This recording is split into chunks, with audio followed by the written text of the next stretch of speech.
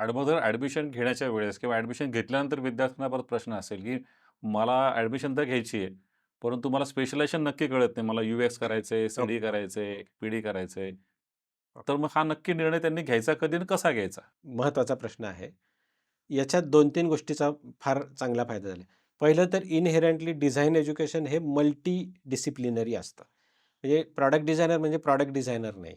User experience designer म्हणजे तो नाही किंवा कम्युनिकेशन म्हणजे तो नाही. त्यांना ब्रॉडली सगळ्यांचं नॉलेज असणं आवश्यक असतं आणि डिझाइन एज्युकेशनमध्ये हे ऑलरेडी बिल्ट केलेलं होतं. ते स्ट्रक्चर्ड नव्हतं, अनस्ट्रक्चर्ड होतं. आता NEP 2020 जी आली नॅशनल एज्युकेशन पॉलिसी याच्यामध्ये हे स्ट्रक्चर्ड झालंय. तसं डिझाइनला स्ट्रक्चर्ड गोष्टी आवडत नाहीत.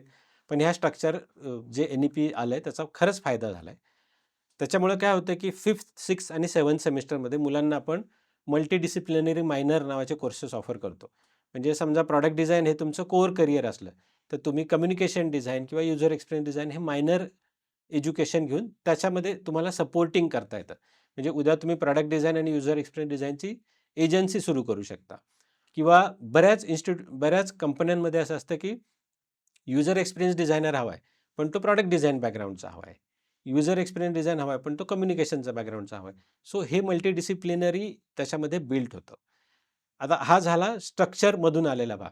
त्याच्याही बियॉन्ड मग आम्ही जेव्हा हे सगळं स्ट्रक्चर केलं, त्याच्यामध्ये आम्ही काही कोलॅबोरेटिव्ह प्रोजेक्ट ठेवलेत. म्हणजे 6th आणि 7th सेमिस्टरला प्रॉडक्ट डिझाइन, कम्युनिकेशन डिझाइन आणि युजर एक्सपिरियन्सची मुलं एकत्र येतात आणि एका कॉमन प्रोजेक्टवर काम करतात. ग्रुप प्रोजेक्ट असतात. अच्छा. त्याच्यामुळे मग त्यांच्यात देवाण-घेवाण होते. म्हणजे तू याच्यातला एक्सपर्ट आहे, तू याच्यातला एक्सपर्ट आहे. ते एकमेकात काम करतात आणि त्याच्यामुळे त्यांचे लेव्हल अजून वाढते.